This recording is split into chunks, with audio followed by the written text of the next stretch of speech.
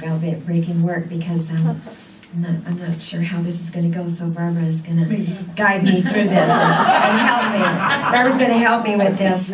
So what I know about this is last night I was talking to my son. You know, we had a communal living experience at our house, and he said, "Okay, Mom, I got the answer. Here you go." He said, "Just read through this tonight and you'll be okay." David's a master level student graduating here in a month or so. He says, "Here, read this book, Building Motivational Interviewing Skills." So I said, I don't know if I can read the whole thing between now and tomorrow morning, but I'm going to try. So Barbara, I want to tell you that one of the reasons that I wanted to chat with you this morning is because I remember seeing a posting on Facebook.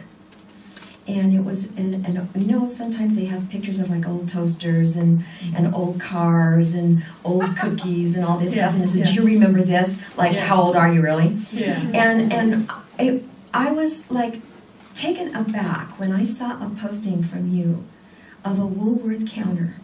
Mm-hmm. And your comment.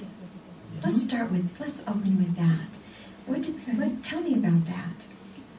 Well, when I was about 15, well, first of all, I was raised up in the country until I was about 12, and so during that period of time, I was shielded from all of the prejudice and discrimination. And my dad was a Baptist minister, so he was kind of, you know, big guy in the community.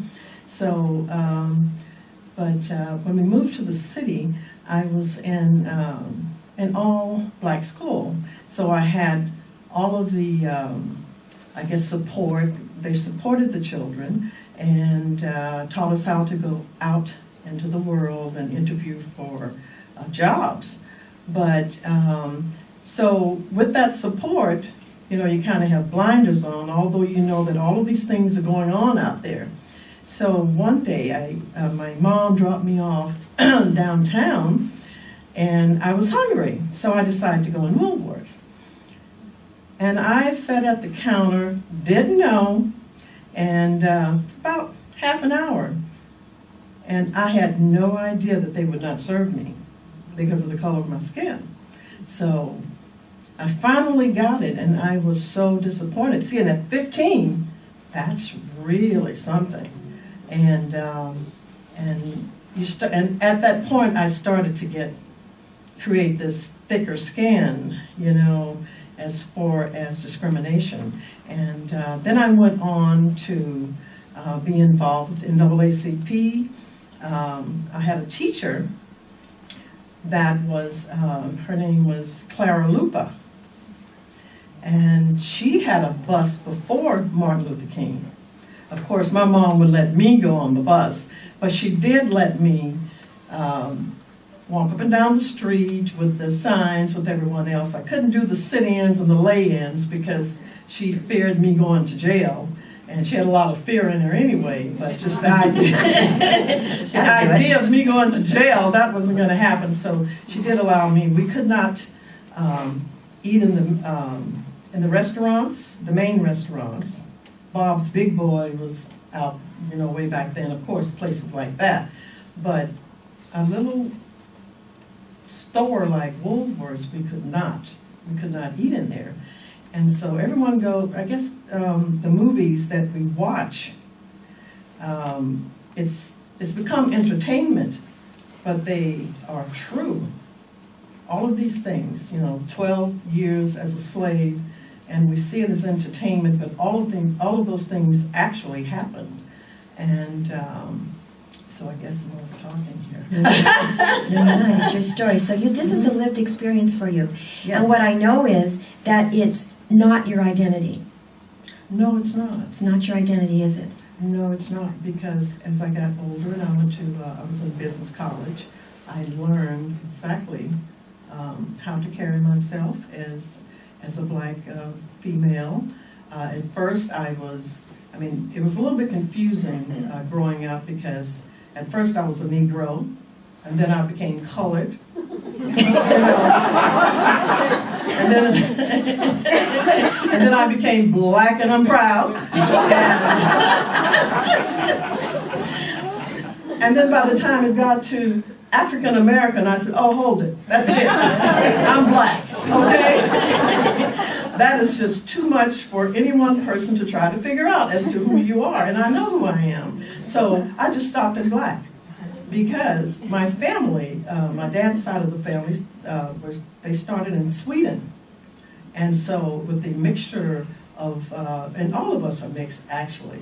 Even my husband, Wayne, is Japanese, but he found out in the DNA 23andMe that we did, he also has 1% European. So there's no one with, with pure blood. So, but anyway. Let me ask you about that. So this is a dynamic that you've lived as a lived experience. Wayne, I love the story of your relationship. Wayne comes from a Japanese culture, beautiful soul. How was that for your families? Having a black, whatever stage you were at the time, yes. Wherever you were at that time, how was it for you, a black woman, entering into that very appropriate Japanese culture as a new wife of a Japanese man? How'd that work for you? Well, my side of the family loved him. My mother gave her blessings before she passed away. So it was not a problem because my side of the family was always mixed. So they didn't judge you by your race or what you believed in. It was, so they embraced him and they loved him. Now, his side of the family, that was a little bit different. At first, but you see, I was just really, I guess, sophisticated woman, and that's the way I raised my children to be. And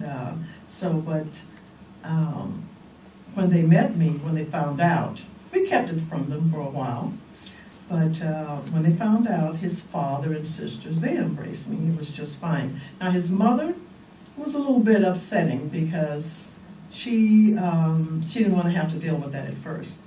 But once we got married, she embraced me. Then she started to like me better than she did her own son.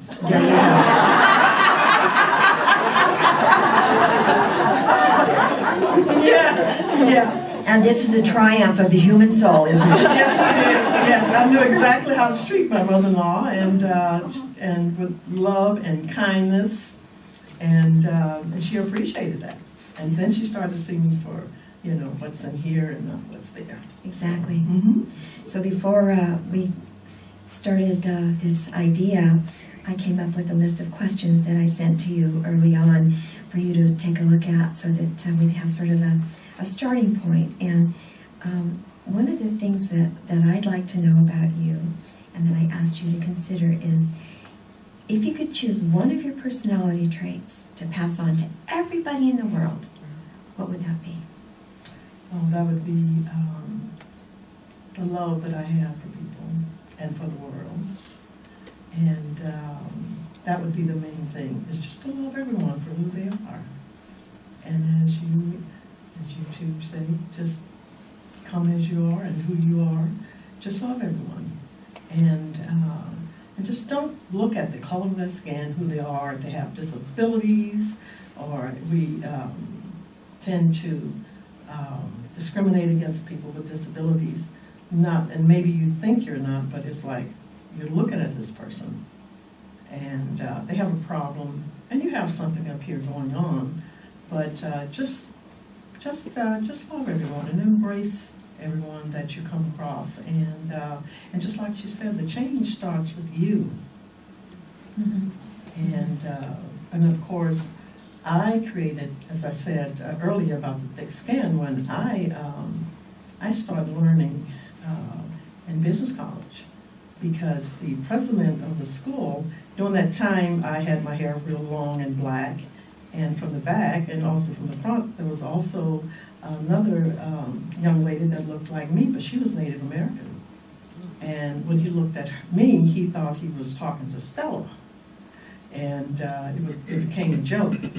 But in an assembly meeting one day, he told one of those in-jokes. I can't say the word because no one else is allowed to say it, so. And he didn't realize, yeah, but he told the in-joke, and he didn't realize I was sitting in the audience until his eyes met mine. So that very day is when I realized, okay, I'm going to have to step it up here, and I am going to have to be, I'm going to have really thick skin, because this is what the world is about. You know, it was the black and white thing, and I knew that I had to become exactly what I had been taught by my teachers. But that's one thing that, maybe you have another question down the line. I don't know if I'm talking too much or not. But always had to make the highest grade because I had to do better, be better, look better. And my first job was at the governor's office. I was always the first black woman or black person, period, to get a job, because I had learned how to do better, work better, and I could work circles around anyone else because they had taught to be that. This is the only way you're going to survive out there. So I worked for the governor of Oklahoma, and then when I came to California, I thought this was the promised land, but I became, but it was not. Every job I had, I was always the first. I was always the first. So being the first, I had to carry the burden of the entire race because I had to be better, look better, and work circles around everyone. And so, but that's okay. I was the sacrificial lamb, and I had to do that. So. And so now your work at this point in your life is not about black, it's not about white, it's not about being first or any of those things. You focus your energy in the area of healing. Let's talk about that for a minute. Oh, that's something I love. What I did is I came from the background of Baptists. So my dad was a Baptist minister. I always had questions. Why didn't they do healing? They talk about Jesus healing. I never saw any of that. And when I came to California, all my friends seemed to have been people that were doing healings, and so they introduced me to the healing modalities, and a lot of them. So, and once I retired early so that I could do this work. And I knew I wouldn't have as much money, but that was okay. So I spent 4 years just learning how to heal, meditate at a school, and also learn clairvoyance, in which I didn't think I was clairvoyant. But I had to go there anyway because my intentions were to do hands-on healing. But you have to go through all that clairvoyant stuff in order to learn energies. And I didn't know that at the time. So I was a country girl at heart, still is, so I didn't know a lot of things. And so it went from there, and I spent my time, I've spent some time back east, and the Reiki kind of just fell in my lap, and I had an opportunity to start out with the oldest Reiki master in the United States. And so I really appreciate that. And so when I came back here, I went into other modalities, and I got stronger and stronger. And then I became a teacher. And this is something I love. This is my life's work. And this is the reason I guess I was dropped off here. It's just to just do healings and to help people. And I feel that I am at this point in my life. And I tend to do what other Reiki masters don't do. I'm concerned about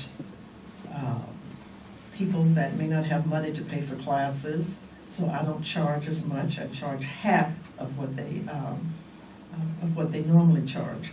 So because my job is to create as many Reiki healers and energy healers as I possibly can. We need to create all of these people, give them the opportunities, And the one person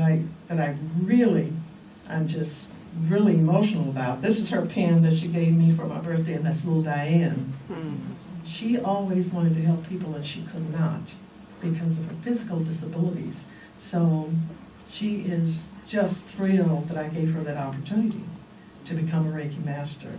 And she heals everyone. Charlie Sheen, Lindsay Lohan, anyone with a problem out there, she's just sending distance healing. So those kinds of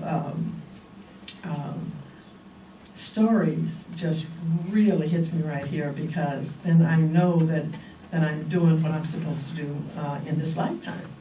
And I'm so happy you found your way to common ground. And I love it.